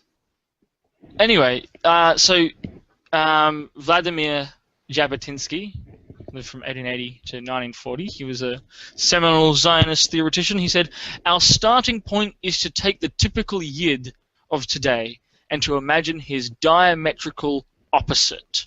Only after removing the dust accumulated through 2,000 years of exile of, I think it's Galut, or it might be Jalut, I'm not sure. I can't pronounce Hebrew. Will the true, or is it Yiddish? I don't know. Anyway, will the true, authentic Hebrew character reveal its glorious head?" Unquote. So the idea is to cast off the old stereotype of the obscurantist religious, Jewish identity, and to rebrand Jews as a new modern, ethnic nation, essentially. So that was the goal of Zionism, to create the new Jew. So the sort of the agrarian socialist kind of idea. So you look at all the propaganda, the early propaganda, and it's like socialist propaganda. They're big, strong, muscly dudes working the land, right? Okay, so but where does that leave Israeli? Well, the Israeli is the name that they give to the country. So it's the demonym of the Jewish nation. Okay, it's obvious I do not know enough about this. I don't know. Anyway, how do we start here? This was to do with me talking about the Twitter thing. Someone wanted me to mention that the anti-Israel movement is becoming stronger, and there's lots of protests at universities, and some Jewish students feel threatened. So there you go. Although I think, in fairness, this is not a full representation, because the pro-Israelis also do harassing. If I recall correctly, Edward Said's office was firebombed at one point. So both sides use intimidation and both sides use thuggery and violence. So that's worth noting. Let's not just give one side of, the equation of the actions. There's bad people doing bad things on both sides of that divide. Anyway, is there anything else? We've only got about 5 minutes left. Covered a lot of topics. Yes, another situation that people should know. I asked the Muslims, Muslims claim the Quran was revealed when the situation arose. In other words, it revolved around Muhammad's life. Muhammad adopted Zayd as his son, given Zayd bin Muhammad. At the time, Allah did not tell that believers can't adopt children as their own. Allah only forbade it after Muhammad married and adopted his son's wife. Well, there's... According to Hadith. Well, it all depends. I think it is a reaction to current events, yes. Whether it's Muhammad or not, this is a different story. And did I say, just to quickly clarify, because I may have made this mistake, in the Israeli Declaration of Independence, it doesn't mention, if I said it mentioned Moses, I think I was wrong. What I meant to say is that it mentions the prophets of Israel. So it says, the Israeli state of Israel will be open for Jewish immigration and for the ingathering of the exiles. It will foster the development of the country for the benefit of all its inhabitants. It will be based on freedom, justice, and peace as envisaged by the prophets of Israel. So that's what I was referring to with the reference to the prophets. Yeah. I just want to clarify that. Okay. Hey? I don't know what I guess the biblical prophets. Who knows? I mean, I think I don't know. It mentions the book of books as well. The Torah is also mentioned, I think, in this declaration. So it says... so it does have undertones. Well, it draws upon Jewish history to give it validity to its ethnic, cultural, nationalist vision. Yeah, but that's just and the heritage. Jewish heritage and history is obviously inherently religious. Exactly. The Jews are a religious nation. Or historically, we're a religious nation. So that's the reason why. So obviously, their ethnic homeland, just like the German homeland or the French homeland or whatever, for these Jewish nationalists, their ethnic homeland is actually the Holy Land, quote unquote. Although they were actually quite irreligious initially. Anyway, sorry, I just wanted to clarify the thing with Moses in case I had incorrectly. I couldn't remember if I had said that Moses was in the Constitution, so I had to clarify. It was just the prophets of Israel I mentioned. Okay, what were you talking about? Sorry, you were talking about the abrogation? No, I was just reading about the revelation of the Quran, where I maintain it's not clear when, why, or how it was revealed, but it's definitely revealed according to contemporary. Well, some sort of polemic. There's an argument. There's arguments happening of some kind, I think. Yeah. There's definitely polemics against the mushrikun, and you said this, and you said that, and but you say this, but the truth is this. Yeah, this is not poetry, it's a revelation from God. And then you have this ulterior judge who says, well, it's going to be like this, and if not, then you're going to encounter the wrath of God. It's like the ulterior judge. Quite strange. I think it would be very useful if you linked up with the guy from last week or the week before, 13-something. What? Because he was 13 different heathens. options for interpretation, and you could look at it from a number of angles. Okay. He's referring to 13 heathens who came in and was talking to us about the Bible and Satan and all that stuff. But that was from the Bible. That was not from the Quran. Yeah. That's why I can't quite make sense of this from a number of angles. I thought I'd do this from a number of angles. Okay, I don't immediately understand. I'll have to think about this. Okay. Is that all that we're getting to die? Yeah. Okay, do you want to open up something else, or should I proceed to the Hadith? I don't know. It's just, I mean, it's we've only got 2 minutes left, so we might as well just close it up. Unless I don't really have any burning issues to talk about or engage with. I think I've covered everything I thought I should talk about or mention. Or I think we managed. No, I did mention them once. Because I'd love to have Daesh. one show without Daesh. But I think I did mention them once. Apparently, someone mentioned that the Yazidis and Shiites have been given refuge in Baghdad. Those who have fled there. So it's not all negative. There is some solidarity and whatever happening there as well. So what is funny is that the Kurds are now seeing their chance to somehow get an autonomy. What I think they're trying to do is saying, okay, we are going to chuck out IS, and then what we're going to do is we're going to take that region and take it as Kurdistan or something like that. Because that's what PKK is trying to do for the last 50 years, I believe. So that's quite funny. So if they would chuck that out, and then you have another force to deal with. So whatever weapons you are providing today, you don't know what they're going to be used for in 5 years or something. Yeah. So the northeastern tip of Syria and northern Iraq, northeastern Iraq will become part of some mini Kurdistan. Yeah. All right. Easy. ISIS will be easy to defeat comparatively. Good luck with Turkey. Better luck with Iran. Because that's where most of the Kurds are actually located. So I don't think you'll ever get a full Kurdistan unless Turkey actually deliberately and Iran deliberately give up their land, which is incredibly unlikely. I agree. So. Okay, so we have a Sahih Muslim, and this is thanks to Al-Aqsa who provided this. I was actually panicking because I then brought out my collection of hadith, which I always have sitting somewhere, but I don't need it because he provided one. So this is another one by Mr. Malik, and he reported directly, very important, directly from Allah's Messenger. In other words, this is somebody who sat there, who talked to Muhammad and everything, and he heard him say, Allah the exalted and glorious. Hang on.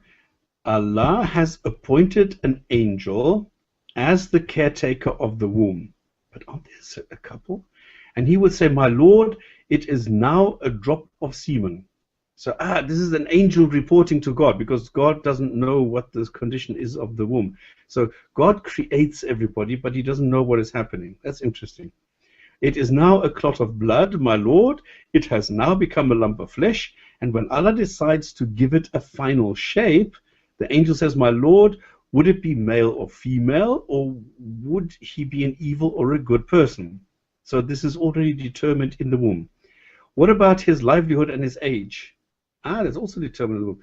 And is it all written as he is in the womb of his mother? And this hadith is very authentic, repeated in multiple different chains.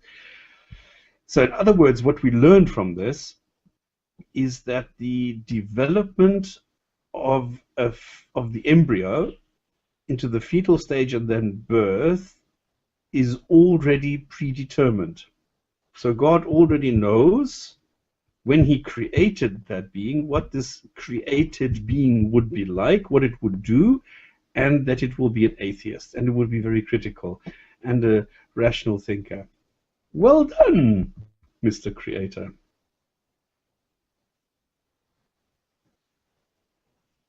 So it's determined. Right. I don't even know why you still have angels recording. I mean, I read somewhere and I counted this. You have like 12 angels floating around you, recording everything that you're doing, the good and the bad, and the protection and the this, and then the this and this, and like everything is duplicate. So you have like 12 angels floating around you. What for if everything is predetermined? You just exploded. Pardon? You sounded as though you just exploded. Yeah. You need to fix I could not contain myself. Yeah. On that bombshell.